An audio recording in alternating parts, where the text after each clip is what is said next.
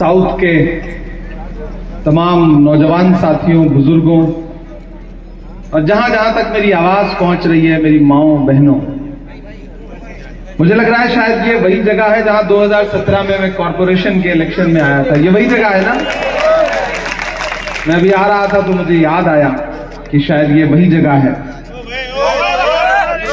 और आज एक बार फिर आपके बीच में हाजिर हूं। जो मीडिया के साथी कवर कर रहे हैं उनसे गुजारिश है कि पीछे वालों को थोड़ा स्पेस देकर के कवर करें। आप पिछले काफी देर से, मेरा ख्याल है 2 घंटे से इस प्रोग्राम में बैठे हुए हैं।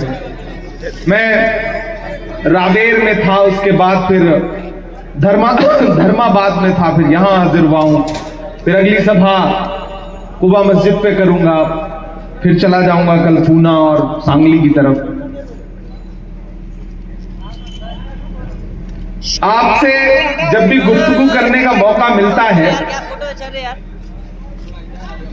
तो मुझे बड़ा कश्मकश में होता हूं कि कहां से शुरू करूं, कहां से बात करूं, क्योंकि मुझे जब भी इस तरह के किसी जलसे में नांदेड़ आने का मौका मिलता है तो मुझे हमेशा से यह एहसास रहता है कि मैं किसी जलसे में नहीं आया हूं, बल्कि अपने घर में आया हूं, अपने मोहल्ले में खड़ा हूं, अपनी गली में खड़ा हूं और सामने मेरे अपने लोग बैठे हैं। इनसे कहां से बात शुरू करूं? आने वाली 20 तारीख को आपको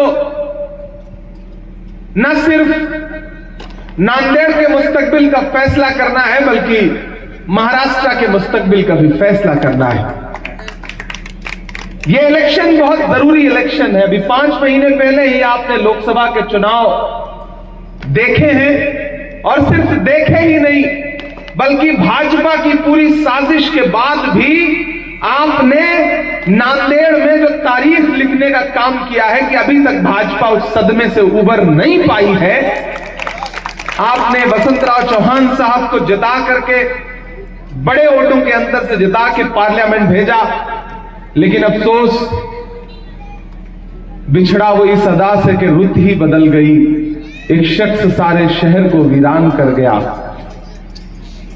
वो चुनाव जीतने के बाद मुझे याद है दिल्ली में मेरे कोठी पे आए थे और जिस शिद्दत के साथ वो गले लगे थे, तो हमने फिर सोचा था कि ये लोकसभा में नांदेड़ के लिए आवाज उठाएंगे और मैं राज्यसभा में नांदेड़ के लिए आवाज उठाऊंगा।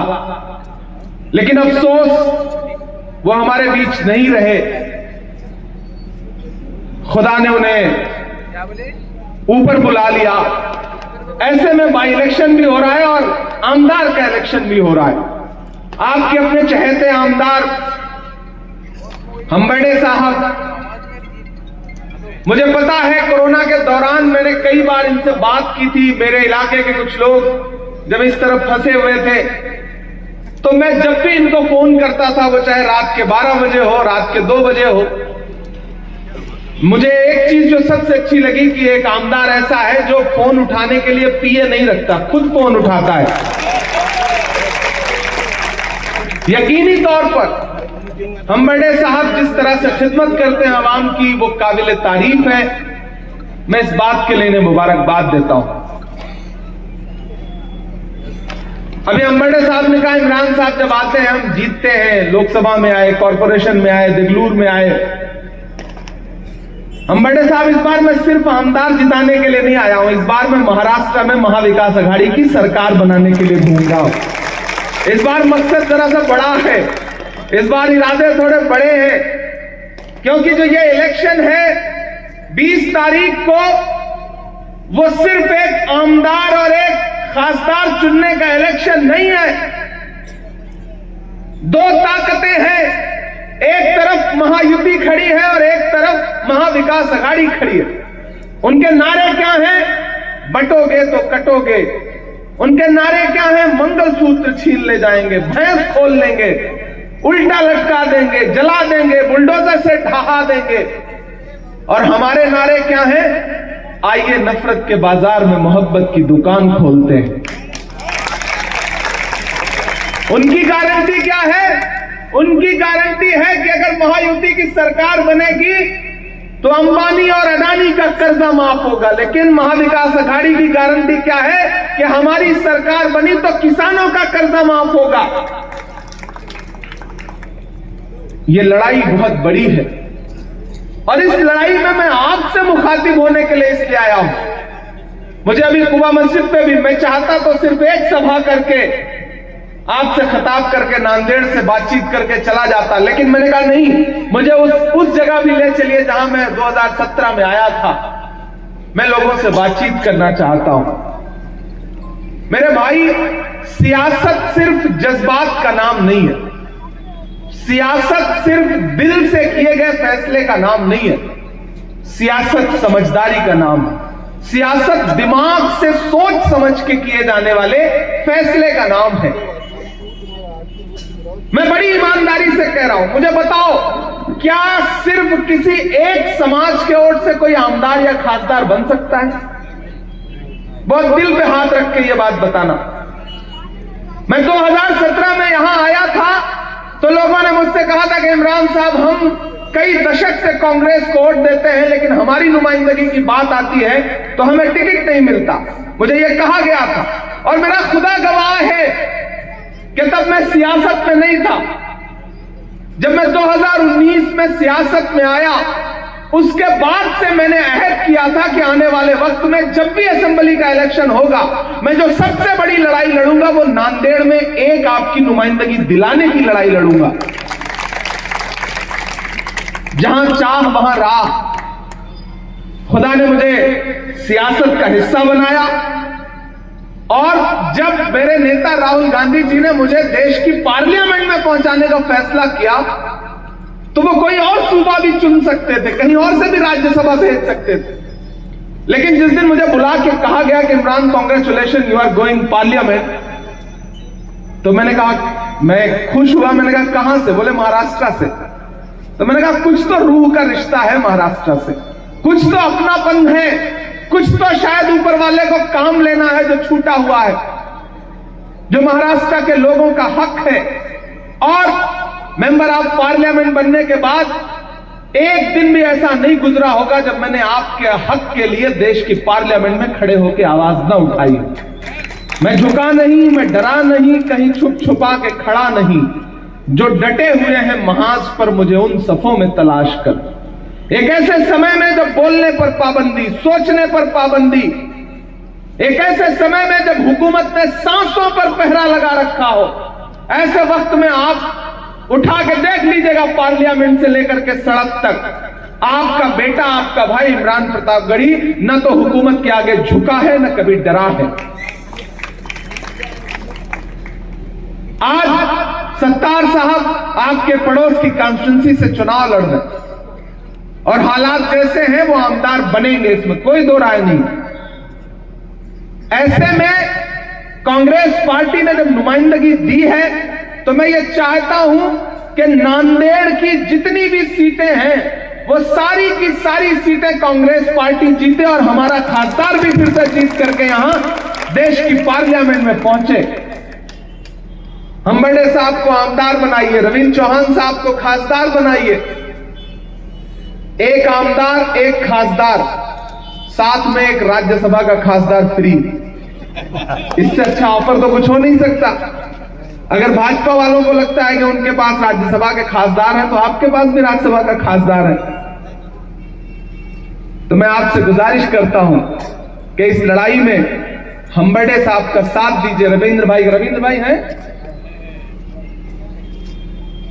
मैं जितना वसंत दादा को जानता था, जितना उनसे मेरी मुलाकात थी, मैं उनके चुनाव प्रचार में आया था, बहुत सारे काम वालिदैन के ऐसे होते हैं जिसे वालिद पूरा नहीं कर पाते जिंदगी में, तो उसे पूरा करने की जिम्मेदारी बेटों पर होती है, औलादों पर होती है।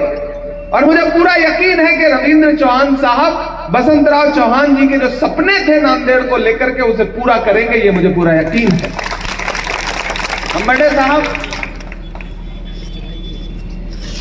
आदमी ये भी बहुत शरीफ है कि नहीं है ना? देखो, एक बहुत सच्ची बात बोलूं, उधर सत्तार साहब लड़ रहे हैं। आप ये तो चाहते हो कि सत्तार साहब को हर समाज का, हर धर्म का, हर जात का वोट मिल जाए ताकि सत्तार साहब आमदार बन जाए। लेकिन जब हम्बर्डे की बात आएगी तो आप सोचोगे कि नहीं, सामने तो हमारे एक दो भाई भी चुनाव लड़ रहे हैं। तो मीठा मीठा गप कड़वा कड़वा थू तो नहीं चलेगा। अगर वहां आप चाहते हो कि वहां के सारे मतदाता ये सोच करके चुनाव में वोट दें कि जमहूरियत में न धर्म देखा जाता है, न मजहब देखा जाता है, न जात देखी जाती है, न अमीर देखा जाता है, न गरीब देखा जाता है, तो उसी रास्ते पे आपको भी तो चलना पड़ेगा ना। फिर नांदेड़ साउथ वालों, आपको भी यह समझना पड़ेगा कि यह लड़ाई सिर्फ आमदार चुनने की नहीं है, बल्कि महाराष्ट्र की सरकार बनाने की है। ऐसे में अगर महाविकास आघाड़ी का एक वोट का भी इधर उधर कहीं नुकसान करते हैं तो फायदा सीधे महायुति को होगा। वो जो महाभ्रष्ट सरकार है उसको फायदा होगा। तो मेरी आपसे गुजारिश है कि सिर्फ एक समाज के वोट से कोई चुन के नहीं आ सकता। कांग्रेस के कैंडिडेट को चाहे थोड़ा ही मिले, लेकिन हर समाज का वोट मिलता है। यह सदियों से होता आया।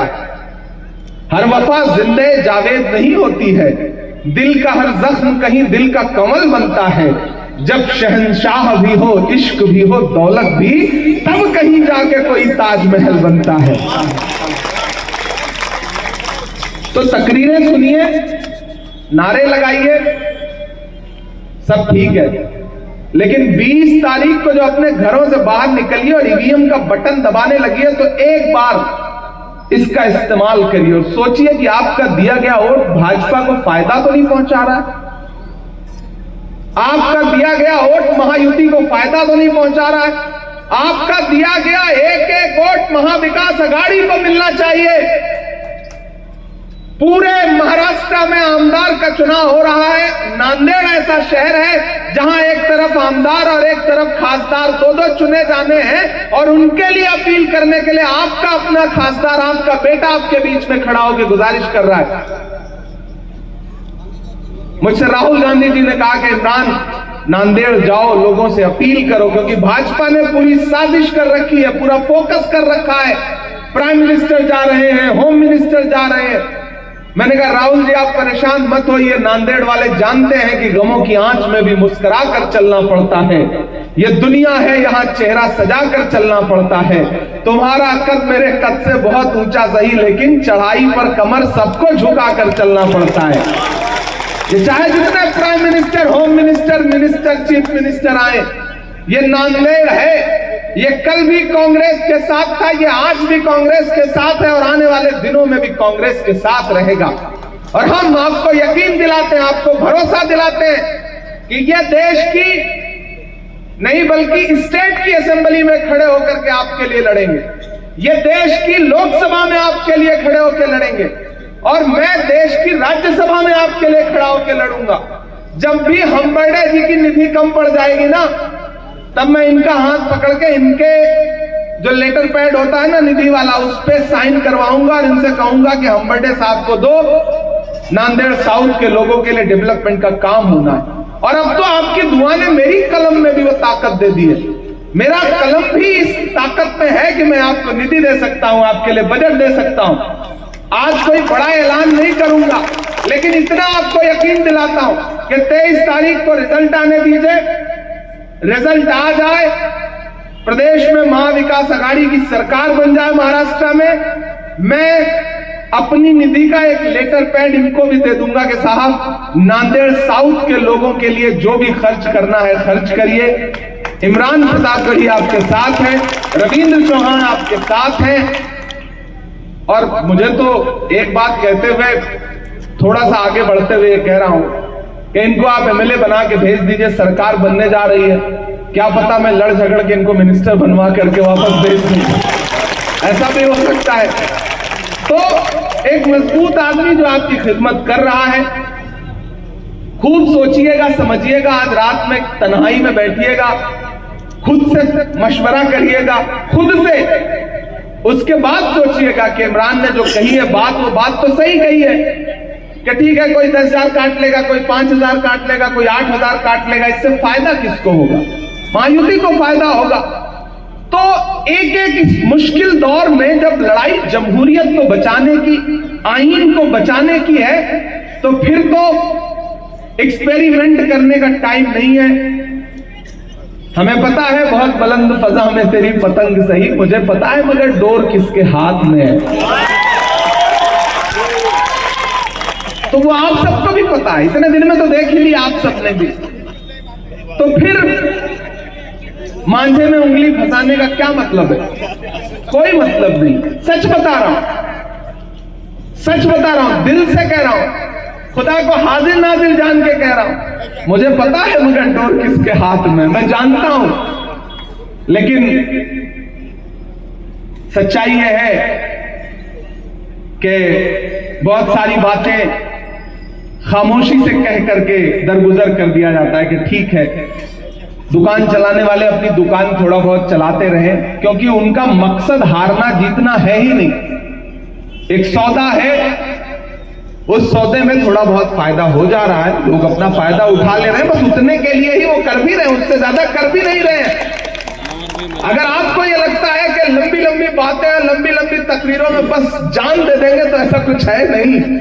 मैंने सबको बहुत करीब से देख लिया, मेरी उम्र भले बहुत कम है, लेकिन आपकी दुआओं ने पूरी दुनिया में सफर करवा करके जिंदगी के वो तजुर्बे दे दिए, और ऐसे ऐसे चेहरों को करीब से देख लिया जो चेहरा तो कुछ और रखते हैं, लेकिन उसके ऊपर जो नकाब है वो बहुत अलग है। इसलिए बड़ा साफ सुथरा आदमी हूं, शायर हूं पहले, बाद में सांसद हूं, बाद में नेता हूं। तो जब भी माइक पे खड़ा होता हूं तो अंदर का जो शायर है वो निकल आता है, कलेजा निकाल के सच बोल देता हूं आपके सामने। इसलिए मैं गुजारिश कर रहा हूं, उधर से आवाज आई कि हाँ आप शायर हैं तो शायरी भी सुना दीजिए। मैं तो आज निधि देने की बात करने के लिए आया था, लेकिन चचा कह रहे हैं कि नहीं, पहले शायरी सुनाइए, वही असली निधि है, उसके बाद फिर हम आपसे आपका निधि वाला बजट वाला काम मांगेंगे। अच्छा वो सुनाना पड़ेगा। दायरे में सिमट के आया है, यही वो जगह थी। नासिर कहाँ है? हाँ नासिर साहब मुझे याद है, यही वो जगह थी।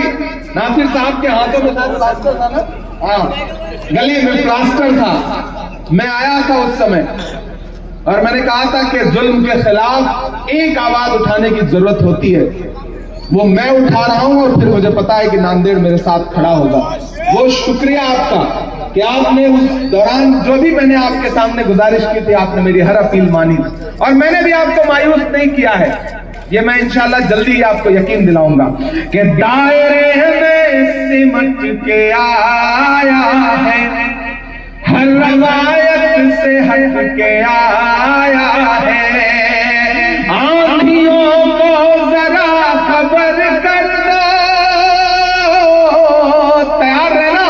आंधियों को जरा खबर कर दो, शेर वापस पलट के आया है, शेर वापस पलट के आया है। मैंने सोचा था कि मैं 17-16 तारीख में नांदेड़ आऊंगा, लेकिन पूरे महाराष्ट्र में 73 से ज्यादा रैलियां हैं जहां मुझे जाना है। अब मैं खुद हैरत में हूं कि कैसे पहुंच पाऊंगा। दिन में 6-6, 7-7 रैलियां करने की कोशिश कर रहा हूं, क्योंकि लड़ाई बड़ी है, और इस बड़ी लड़ाई में हम सबको अपना रोल निभाना है, हम सबको अपना हिस्सा लेना है। तो मैं आज 12 तारीख को ही थोड़ा पहले आ गया। अब मेरे आने की लाज रखिएगा, इतना वादा कर रहा हूं आपसे कि 23 को रिजल्ट आने दीजिए, महाविकास आघाड़ी की सरकार बनने दीजिए। आपके नांदेड़ साउथ के लिए हम तीनों लोगों ने कुछ डेवलपमेंट का, तालीम का कुछ अच्छा सा प्लान किया हुआ है। हमारे कलम में अब इंशाल्लाह ताकत भी है और आगे भी रहेगी। तो मैं आपको यकीन दिलाता हूं नांदेड़ साउथ वालों कि अपना एक वोट 20 तारीख को हाथ के पंजे के सामने वाले बटन पे दबाइए, हम बड़े साहब को जिताइए। अच्छा ये देखिए साबिर साहब भी आ गए, मतलब असली घर वापसी तो इसी को कही जाएगी ना। एक बार जोरदार ताली बजाइए साबिर साहब के लिए। देखिए मुझे खुशी है साबिर साहब कि जब आपका सच से सामना हुआ तो फिर आपको भी लगा कि नहीं, मतलब 5 साल लगे सच का सामना होने में, होता है कभी कभी। तकरीरें इतनी लंबी लंबी हैं, शेरवानियां इतनी लंबी लंबी हैं कि लोग धोखे में आ ही जाते हैं।